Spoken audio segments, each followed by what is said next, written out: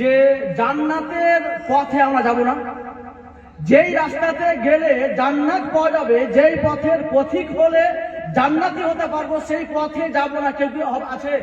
কেউ নেই। কিন্তু আজ আমাদের সমাজের জ্ঞানহীন ব্যক্তি হওয়ার কারণে আমাদের মধ্যে সেটা জানা নেই যে কোন ধরনের পথের পথিক হলে, কোন রাস্তার অনুসারী হলে আমরা জান্নাতের পথের পথিক হতে পারবো, সেটা আমাদের অজানা। রাসূল কায়নাত সাল্লাল্লাহু আলাইহি ওয়াসাল্লাম ইরশাদ করেন, ইন্না লিকুল্লি শাইইন তারিক ওয়া তারিকুল জান্নাহ আল ইলম। নিশ্চয় প্রত্যেক স্থানে পৌঁছাবার জন্য একটা নির্দিষ্ট রাস্তা হয়ে থাকে, থাকে না? নির্দিষ্ট রাস্তা হয়ে থাকে।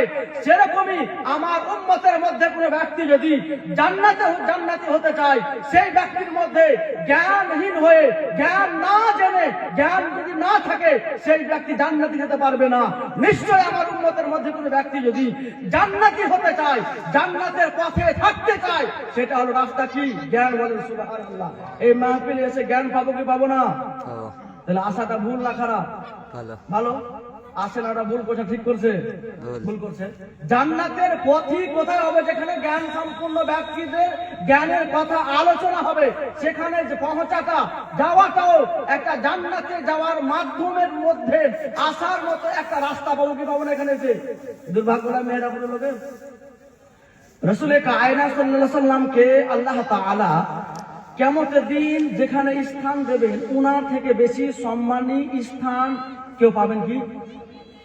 হতে পারে এটা কথা যে রাসূল কায়নাত সাল্লাল্লাহু তাআলা আলাইহি ওয়াসাল্লামকে আল্লাহ তাআলা যে স্থান প্রদান করবেন, সেই স্থান থেকে বেশি সম্মানী স্থান হতে পারে? আর হতে পারে না।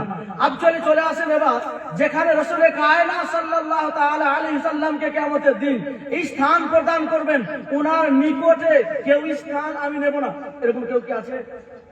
কেউ আছে কি? কেউ আমরা নেই। সে কতই সে বুদ্ধিজীবী হোক, অবুদ্ধি হোক, আমরা সবাই চাইবো যে রাসূল কায়নাত সাল্লাল্লাহু তাআলা আলাইহি ওয়াসাল্লামকে আল্লাহ তাআলা কিয়ামতের দিন যেটা স্থান প্রদান করবেন, সেই স্থানের নিকটে আমি যেন আল্লাহ তাআলা আমাকে যেন জায়গা প্রদান করেন। এটাই আমরা সব সময় এটা আল্লাহ তাআলার কাছে প্রার্থনা করি না? কিন্তু তার মাধ্যম কি রয়েছে সেটা দিক আমাদের জানা নেই। তাই রাসূল কায়নাত সাল্লাল্লাহু তাআলা আলাইহি ওয়াসাল্লাম ইরশাদ করেন, আওলান নাস বি ইয়াউমাল কিয়ামাতে আকসারু আলাইয়া সালাহ। বলেন সুবহানাল্লাহ। আমার নিকট আওলা আব্দুল্লাহ ইবনে মাসউদ قال رسول الله صلى الله تعالى وسلم اولى الناس بي يوم القيامه اكثر علي الصلاه। ওই আমার নিকটে ওই ব্যক্তি স্থান পাবে যেই ব্যক্তি আমার উপরে বেশি বেশি করে দুরূদ পাঠ করে। বলেন সুবহানাল্লাহ। এই মাহফিলে দুরূদ শরীফ পাঠ করা হয় কি হয় না?